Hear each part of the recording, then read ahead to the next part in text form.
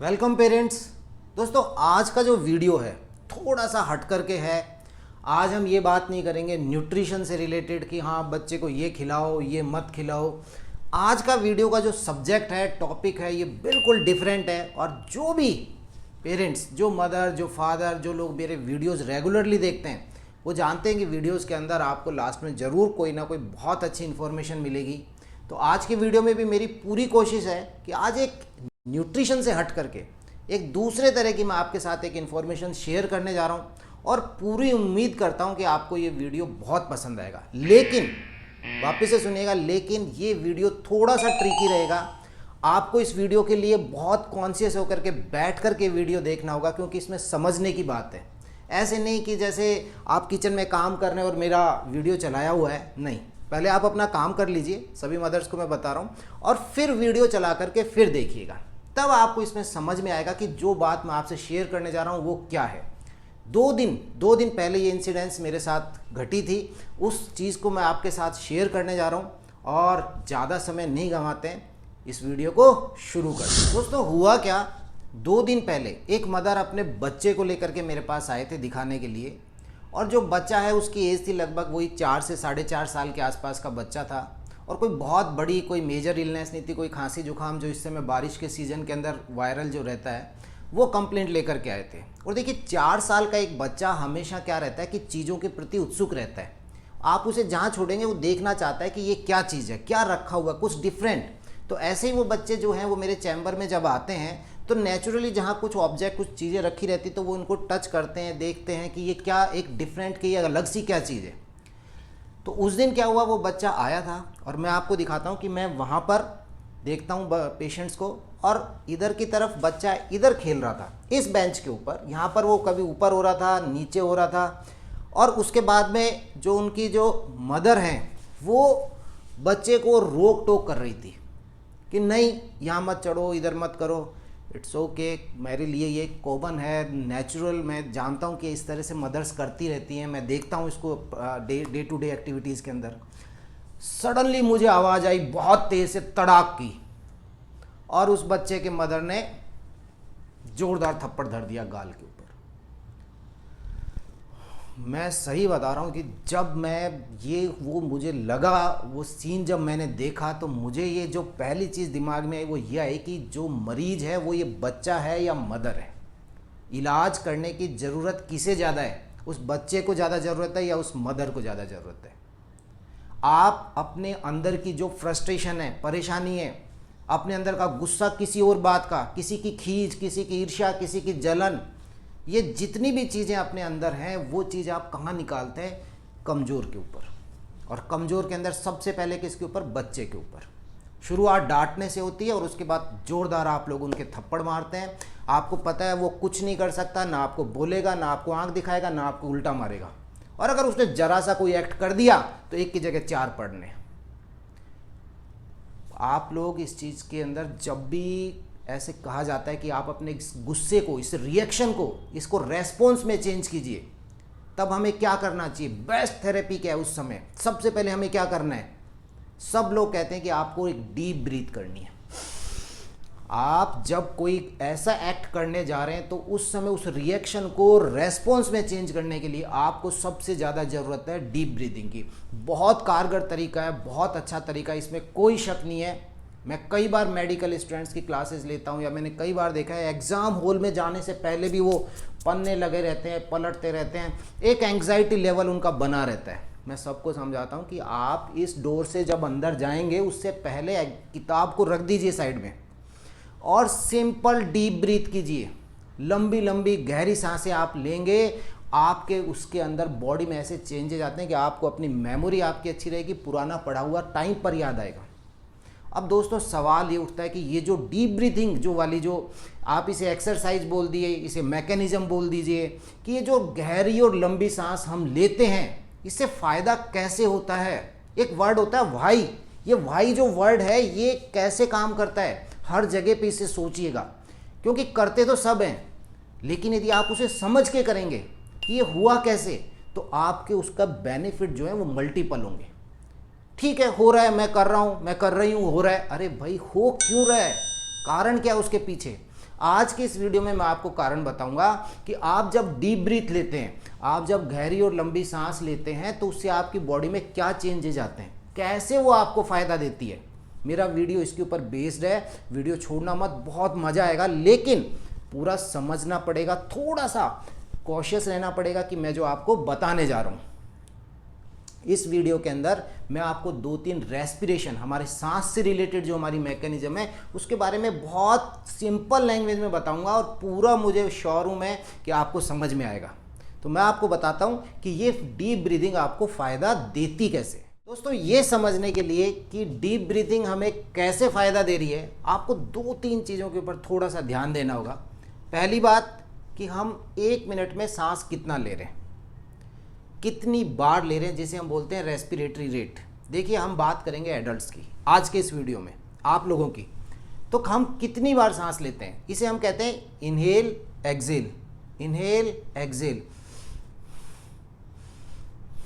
Inhale exhale. इसको एक count किया जाता है। तो 1 मिनट के अंदर ये जो रेट होती है, ये होती है लगभग एडल्ट्स के अंदर 12 से लेकर के 14, 12 to 14 पर मिनट।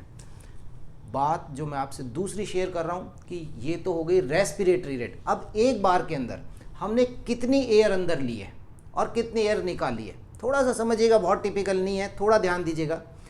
हमने कितनी एयर अंदर ली है, ये एयर होती है 500 ml। हमने कितनी एयर ली एक बार में, 500 ml एयर ली, और 500 ml एयर ही हम बाहर निकालते हैं। तो अगर मैं रेस्पिरेटरी रेट एक एडल्ट की, एक हेल्दी एडल्ट की एक रेस्पिरेटरी रेट मैं मानता हूं कि 12 है, चलिए ये है 12। अब 12 एक रेस्पिरेटरी रेट ली और 500 ml उन्होंने अंदर ली है, 500 ml। तो 1 मिनट के अंदर टोटल कितनी गई है, 1 मिनट में ये फिगर हो गया 6000 ml, या आप इसे बोल दीजिए 6 लीटर। अब आप समझ गए होंगे कि ये फिगर आ गया है 6 लीटर। तो ऐसी स्थिति के अंदर अब हम क्या करेंगे कि इस फिगर को हम कांस्टेंट रखेंगे कि ठीक है 1 मिनट में हम 6 लीटर ही लेंगे, लेकिन जो रेस्पिरेटरी रेट है इसको हम चेंज करेंगे। क्यों? क्योंकि जब गुस्सा है, फ्रस्ट्रेशन है, बच्चे की पिटाई कर रहे हो आप, या उस समय किसी से कोई सबकॉन्शियस ब्रेन में आपके किसी व्यक्ति के ऊपर गुस्सा आया हुआ है, कोई जलन है, तो ऐसी स्थिति के अंदर आपने देखा होगा कि हमारी रेस्पिरेटरी रेट बढ़ जाती है। ये इस तरह का जो पैटर्न आता है गुस्से के अंदर, आपने इसे महसूस किया होगा, सुसाते रहते हैं जिस तरीके से। तो इसको हम बढ़ा के देखेंगे और इसको हम घटा के देखेंगे दोनों बार में कि इससे हमारे क्या फर्क पड़ता है। इसको हम कांस्टेंट रखेंगे, इसको हम कांस्टेंट रखेंगे कि 6 लीटर पर मिनट हमारा मिनट वेंटिलेशन जिसे कहा जाता है वो है।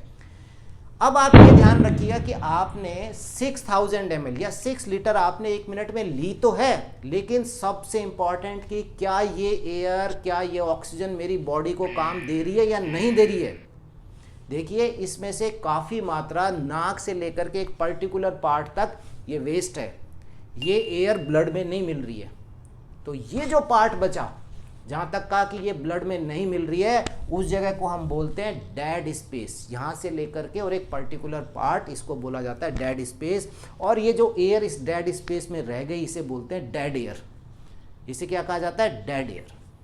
तो ये एयर कोई काम नहीं किया इसने आपकी ब्लड में नहीं मिली है, इसने आपकी ऑक्सीजन को ट्रांसफर वाले काम में यूज में नहीं आई है, बॉडी से यूटिलाइज नहीं कर पा रही, इसका कोई मतलब नहीं है। अब इसकी मात्रा कितनी होती है कि सपोज मेरा वेट 50 किलो है, तो आप डबल कर दीजिए इससे, मतलब 100 ml, 50 × 2 100 ml। 100 ml मेरी जो एयर है वो खराब हो गई है। लेकिन हम मानते हैं कि एक हेल्दी एडल्ट जो है वो 70 किलो का है, तो यदि 70 kg के हैं तो 70 × 2 मतलब लगभग 140 ml। आप इसे 140 ml या राउंड फिगर में हम बोलते हैं 150 ml। तो 150 ml जो ये एयर है ये खराब हो गई है, ये डेड स्पेस में है, ये डेड एयर है। तो 500 ml में से आपको 150 ml जो है वो घटा दीजिए, क्योंकि ये तो काम में ही नहीं आई। तो अब ये कितनी बच गई आपके पास?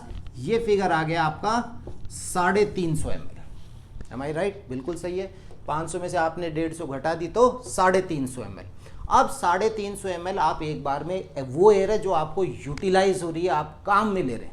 इस 350 ml को आप 12 से गुणा कर दीजिए। अब 12 से गुणा करते हैं जब आप 12 से, तो ये फिगर आ जाता है आपका 4200 ml, या आप इसे बोल दीजिए 4.2 लीटर। 4.2 लीटर मतलब जहां 6 लीटर तो आपने लिया है, लेकिन 6 लीटर आपके यूज में नहीं आया है। 6 लीटर की जगह आपके यूज में क्या फिगर आया है? 4.2 लीटर। आप याद रखिए, ये सबसे इंपॉर्टेंट फिगर है। इस फिगर को मुझे बढ़ाना है। इस फिगर के ऊपर क्या फर्क पड़ रहा है, इस फिगर को हम देखेंगे। अभी एक नॉर्मल कंडीशन में हमने देखा कि 4.2 लीटर जो है, ये 4.2 लीटर हमारे पास में यूज में आ रहा है, 6 लीटर यूज में नहीं आ रहा, जबकि हम 6 लीटर ले रहे हैं। अब हम क्या करेंगे? अब हम रेस्पिरेटरी रेट जो है 12, एक बार इसके ऊपर फर्क देखते हैं। मैं इसे बढ़ा देता हूं, मैं इसे घटा देता हूं, तो बाकी चीजों को मैं मिटा देता हूं, और फिर इसके बाद में इस फिगर को मैं बचा करके रखता हूं। ये मेरे पास 4.2 लीटर है, ये 4.2 लीटर। अब सपोज कीजिए कि जब मेरे को गुस्सा आ रहा है, कोई बदले की भावना आ रही है, कोई रिवेंज है, किसी को पिटाई करनी है, बच्चे के ऊपर हाथ पैर लगाने हैं, तो ऐसी स्थिति में जब गुस्सा है तो आपकी ये रेट बढ़ जाती है। एक बार मैं इसको रेट को कर देता हूँ 30 पर मिनट, और एक दूसरी कंडीशन मैं करूँगा जब रेट मैंने कर दी 10, केवल मैंने 2 ही कम करा है, 12 से केवल 2 कम करा है, 10 पे आ गया हूँ।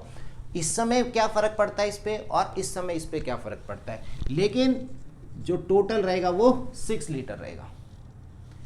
अब अगर मैं 30 पर मिनट करता हूँ, तो एक बार के अंदर जहाँ मैं 500 ml ले रहा था नॉर्मली, तो अगर मैंने रेट बढ़ा दिया 30, जल्दी जल्दी कर रहा हूँ, जल्दी जल्दी कर रहा हूँ, 6 लीटर मैंने कांस्टेंट किया, तो जब आप जल्दी जल्दी करते हैं तो इसका मतलब वो 500 ml घट जाएगी। अब ये 30 पर ये आपकी रह गई है 200 ml, जहाँ 500 ml आप ले रहे थे नॉर्मली, ये कितना रह गया फिगर? 200 ml। 30 इंटू 200, तो ये आपके पास कहाँ पहुँच गया? 6 लीटर पे। लेकिन 200 ml में से आपको 150 तो निकालनी ही निकालनी है, क्योंकि वो तो डेड एयर है। तो 150 ml तो आपकी ख़राब हो गई है, तो आपके पास कितनी बची?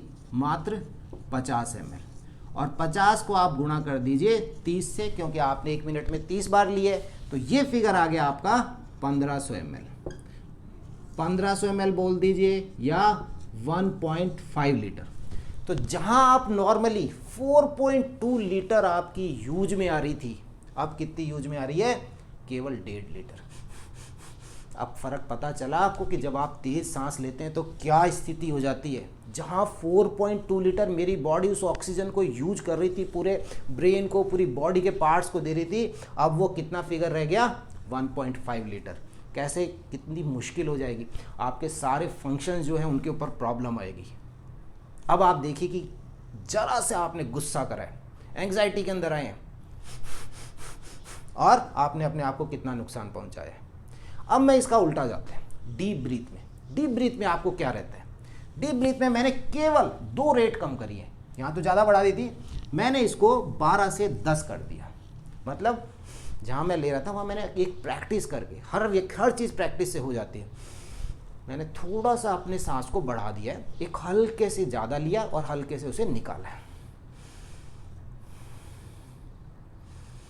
थोड़ा सा बढ़ाया उसे। तो जहाँ मैं 500 ml ले रहा था, अब क्योंकि मेरा 6 लीटर है, ये हो गया है मेरा 600 ml। अब 600 गुणा 10, ये फिगर मेरा 6 लीटर पे पहुँच गया है।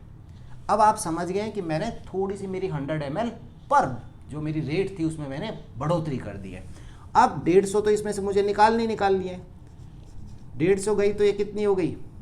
450, और 450 को मुझे गुणा करना है 10 से, तो ये फिगर मेरे पास आ गया 4500 ml, या आप इसको बोल दीजिए 4.5 लीटर। अब आप समझ गए होंगे कि मेरी केवल मैंने 2 रेट कम करी, और जहां मैं 4.2 लीटर को एक नॉर्मली एक व्यक्ति यूज करता है, ये कितनी बढ़ गई है? ये 4.5 लीटर। इसे हम बोलते हैं alveolar ventilation, the most important figure. जितने भी मुझे लगता है ऋषि हैं, मुनि हैं, बाबा हैं, जो आपके श्वास के ऊपर ध्यान केंद्रित करते हैं, क्योंकि सारा खेल जीवन में श्वास से रिलेटेड है। ये कॉन्शियस भी है, सब कॉन्शियस भी है। आप सो रहे हैं तो भी श्वास ले रहे हैं, आप जग रहे हैं, आपको कुछ कहा जाता है कि श्वास की गति को बढ़ाइए, आप बढ़ा सकते हैं। आप इसको बहुत 6 लीटर से भी बहुत आगे ले जा सकते हैं। सो सारा खेल, सब कुछ जो गेम है वो सारा का सारा आपके पास आपकी रेस्पिरेटरी रेट का है। आप अपनी श्वास की प्रक्रिया है उसे कैसे लेते हैं, आप थोड़ा सा फोकस करेंगे, डे टू डे एक्टिविटीज़ में इसके ऊपर प्रैक्टिस करेंगे कि मुझे इसको 10 पर मिनट के ऊपर लेना है, तो आप नेचुरली कुछ दिनों के अंदर देखेंगे कि आपका जो एंग्जाइटी, आपका गुस्सा, और ये जो स्पेशली बच्चों के ऊपर, कमज़ोर के ऊपर जिस तरीके से आप करते हैं, तो ये बिल्कुल गलत है। बच्चे के भविष्य के ऊपर इसका फ़र्क पड़ रहा है, उसकी पर्सनैलिटी पे फ़र्क पड़ेगा। उस दिन जब उस बच्चे के थप्पड़ पड़ा, वो क्यूरियस था, वो हर चीज़ को जानना चाह रहा था कि भाई ये क्या है। बच्चे इसको देखना चाहते हैं, ये माउस है, ये कैसे काम करता है क्या। कई बार बच्चे मेरे चैम्बर में आते हैं, स्टैथ को देखना चाहते हैं कि इसमें से क्या आवाज़ आती है।